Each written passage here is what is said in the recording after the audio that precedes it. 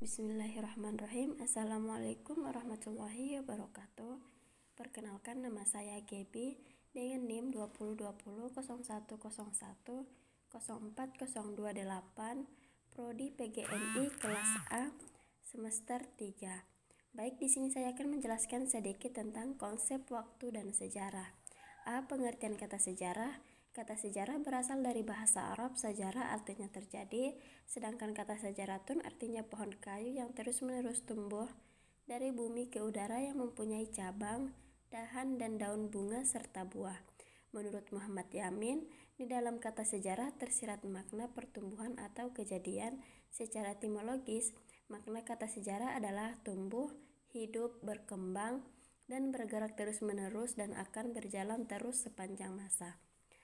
Menurut Kunto Wijoyo, sejarah dapat diartikan dua macam, yaitu yang pertama, sejarah dalam arti negatif. Sejarah dalam arti negatif dapat dipahami sebagai berikut. Yang pertama itu, sejarah itu bukan mitos. Sama-sama menceritakan masa lampau, sejarah berbeda dengan mitos. Mitos menceritakan masa lampau dengan waktu yang tidak jelas dan kejadian yang tidak masuk akal di masa sekarang. Dalam mitos tidak ada penjelasan tentang waktu kapan peristiwa terjadi, sedangkan dalam sejarah, semua peristiwa secara tepat diceritakan kapan waktunya terjadi dan di mana tempatnya. Yang kedua, sejarah itu bukan filsafat. Filsafat itu abstrak.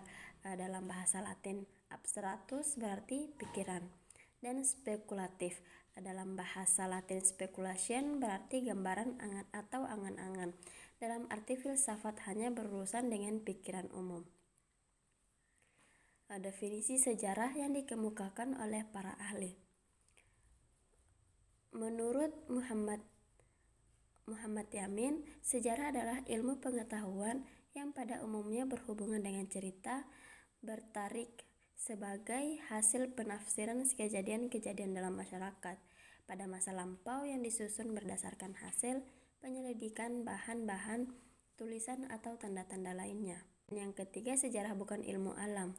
Sejarah sering dimasukkan dalam ilmu-ilmu manusia, human studies, yang kemudian dibagi menjadi dua, yaitu ilmu sosial, ilmu kemanusiaan. Ilmu alam itu termasuk ilmu sosial tertentu, bertujuan untuk menemukan hukum-hukumnya yang bersifat umum atau bersifat nomotehetis. Dari bahasa Yunani, nomo berarti hukum dan tihenai berarti mendirikan. Sedangkan sejarah berusaha menuliskan hal-hal yang bersifat khas atau ideografis. Dalam bahasa Yunani, ideo berarti ciri-ciri seseorang, graphein berarti menulis. Yang keempat itu, sejarah itu bukan sastra. Perbedaan sejarah dan sastra paling tidak ada 4 hal, yaitu cara kerja, kebenaran, hasil keseluruhan, dan kesimpulan. Dari cara kerja, sastra adalah pekerjaan imajinasi yang lahir dari kehidupan seseorang pengarang. Kebenaran bagi seorang pengarang secara mutlak ada di bawah kekuasaannya atau bersifat subjektif. Hasil keseluruhannya hanya menuntut supaya pengarang taat asas dunia yang dibangunnya. Sejarah arti positif. Dalam arti positif, sejarah positif, sejarah dapat diartikan sebagai berikut. Yang pertama itu, sejarah adalah ilmu tentang manusia. Sejarah membicarakan manusia, tetapi bukan cerita tentang masa lampau manusia secara keseluruhan. Manusia yang menjadi fosil menjadi kajian antropologi ragawi. Yang kedua, sejarah adalah ilmu tentang sesuatu yang mempunyai makna sosial. Tidak semua peristiwa penting untuk perkembangan dan perubahan masyarakat.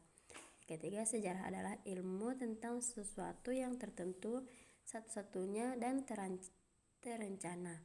Sejarah adalah sejarah tertentu, partikular. Dalam bahasa Latin, partikularis berarti tertentu. Lawan dari generalis berarti umum. Yang keempat, sejarah adalah ilmu tentang waktu.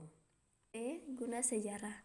Menurut Kunto Wijoyo, setidaknya guna sejarah dapat dibedakan menjadi dua, yaitu yang pertama, guna intrinsik, terdiri dari sejarah sebagai ilmu. Sejarah adalah ilmu yang terbuka, artinya siapa saja dapat mengaku sebagai sejarawan secara sah, asal hasilnya dapat dipertanggungjawabkan sebagai ilmu. Terus, sejarah sebagai cara mengetahui masa lampau. Yang terakhir, sejarah sebagai pernyataan pendapat.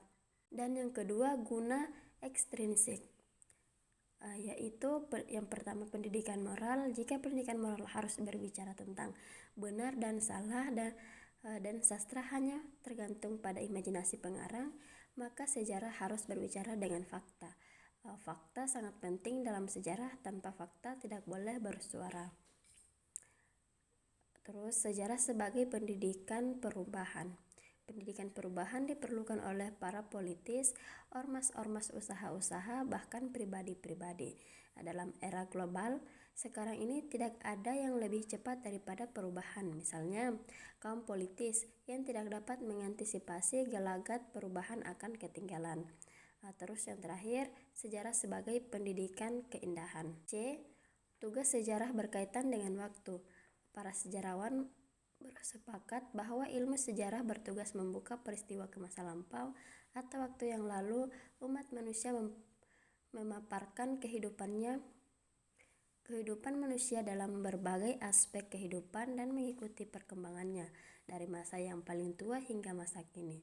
Tugas sejarah membuka masa lampau umat manusia mengandung pengertian bahwa sejarah meneliti dan mengkaji peristiwa-peristiwa di dalam masyarakat manusia yang terjadi di masa lampau. D. Perubahan sosial budaya. Pengertian perubahan sosial budaya.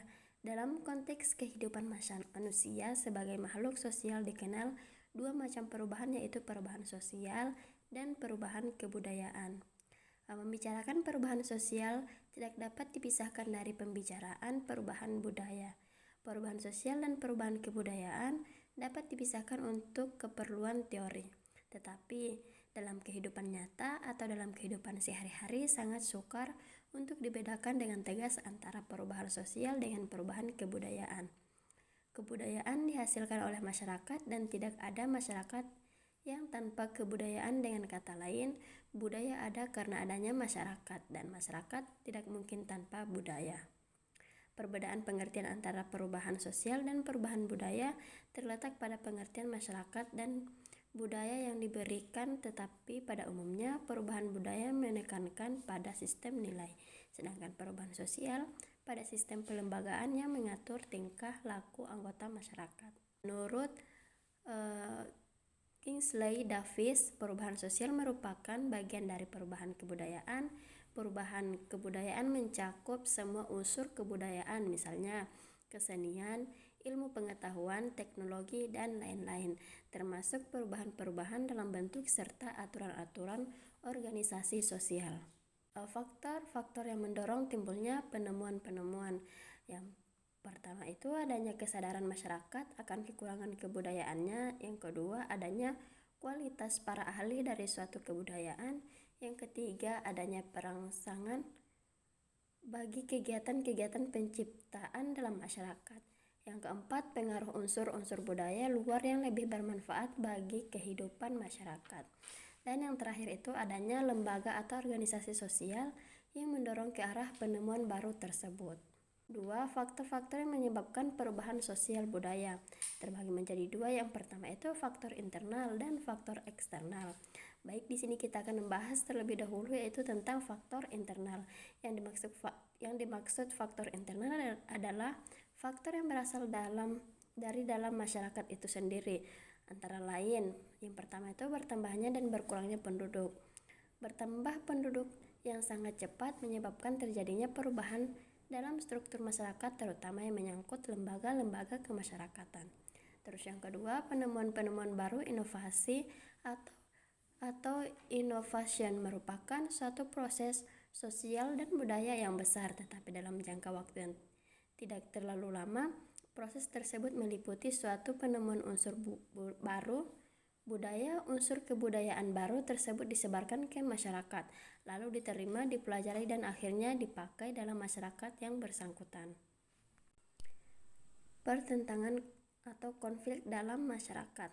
Pertentangan atau konflik dalam masyarakat, nilai-nilai dan norma-norma politik, etnis, dan agama dapat menimbulkan perubahan sosial budaya yang luas. pertentangan individu terhadap nilai-nilai dan norma-norma serta istiadat yang telah berjalan lama akan menimbulkan perubahan apabila individu-individu tersebut beralih dari nilai, norma, dan adat istiadat yang telah diikuti selama ini. Adanya perubahan pandangan tersebut akan mengurangi angka pertumbuhan penduduk yang kesejahteraan meningkat karena adanya keseimbangan antara kemampuan ekonomi dengan tanggung jawab membiayai anak. Dan untuk faktor eksternal yaitu pertama, lingkungan fisik. Adanya bencana alam seperti gempa bumi, angin, taufan, banjir besar, tanah longsor, dan lain-lain memungkinkan masyarakat pindah dari daerah asal ke daerah pemukiman baru. Perubahannya lingkungan fisik dapat juga diartikan perubahannya lahan penduduk lama demi kepentingan yang baru. Dan yang kedua, pengaruh kebudayaan masyarakat lain. Adanya interaksi langsung antara satu masyarakat dengan masyarakat lain akan menyebabkan saling pengaruh. Selain itu, pengaruh budaya dapat berlangsung pula melalui komunikasi satu arah, yaitu komunikasi masyarakat dengan media massa. Faktor-faktor yang menyebabkan masyarakat menolak adanya perubahan sosial budaya. Yang pertama, masyarakat merasa ragu-ragu atau curiga terhadap sesuatu hal yang baru yang dianggap sebagai sesuatu hal yang bersifat negatif. Adanya pandangan seperti ini muncul dalam perilaku menolak langsungnya atau menolak terlebih dahulu sambil mempelajarinya untuk kemudian menerima atau menolak. Yang kedua, kurangnya pendidikan dan pengetahuan masyarakat terhadap sesuatu yang baru tersebut sehingga mereka menolak. Yang ketiga, adanya kecenderungan untuk tetap menyukai, memelihara sesuatu hal yang lama membuat inovasi terhalang. Misalnya masih adanya sikap priayi dan sikap feodalisme menghalangi seseorang untuk berorientasi pada prestasi individu. Dan untuk terakhir, konsep budaya. Manusia lahir dan hidup di dalam suatu kebudayaan tertentu. Ia tidak dilengkapi dengan sarana biologis yang serba otomatis menjadi miliknya. Tumbuhan dan hewan hidup hanya berjalan mengalir begitu saja. Hidup tumbuhan dan hewan tidak mengangkat diri dan hidupnya ke tingkat yang lebih tinggi. Lain halnya dengan manusia, dia tidak hanya hidup tetapi juga subjek yang sadar diri. Hidup manusia tidak hanya berjalan tetapi dia mengerti, menguasai, dan turut campur tangan terhadap lingkungannya. Mungkin itu saja materi yang dapat saya sampaikan. Lebih dan kurangnya mohon dimaafkan. Wabillahi taufiq wal hidayah. Wassalamualaikum warahmatullahi wabarakatuh.